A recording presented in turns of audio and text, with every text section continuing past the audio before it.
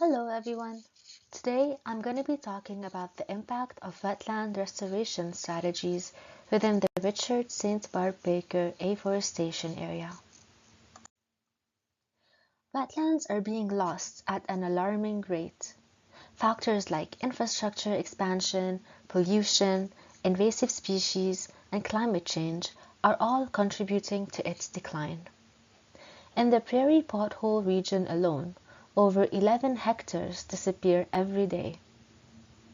This matters because wetlands provide so many ecological services.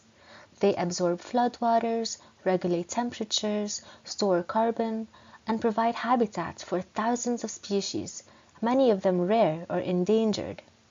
In fact, wetlands support around 40% of the world's species, making them the most biodiverse ecosystem on the planet. The Richard St. Barbe Baker Afforestation Area is a unique urban wetland on the southwest corner of Saskatoon. It supports over 60 species at risk and serves as a green space for the community. But its location makes it vulnerable. Urban expansion, soil contamination from nearby industrial sites, and recreational activities like biking and off-leash dogs disturb the wildlife and vegetation. To strengthen this space, riparian planting is one strategy for wetland restoration. It involves planting vegetation like willows, red osier dogwood, and Douglas spirea along the wetland edges to provide a buffer to those disturbances, as well as stabilize the soil, reduce erosion, and filter nutrients.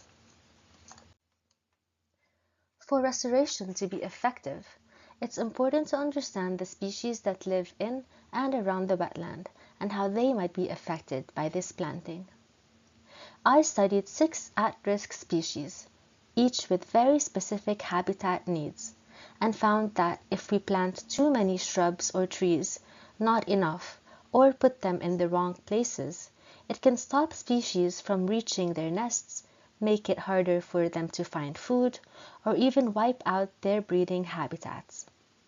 That's why restoration should be species-informed, carefully zoned, and monitored continuously to ensure the wetland continues to meet the needs of these species. Adding signage and fencing along with the riparian buffer can also help reduce disturbance, especially from off-leash dogs. Community support is essential, and groups like the Friends of Saskatoon Afforestation Areas are already doing incredible work to protect this wetland. So, with thoughtful planning, the Richard St. Barbe Baker Afforestation Area can be a resilient urban wetland that supports both biodiversity and public access.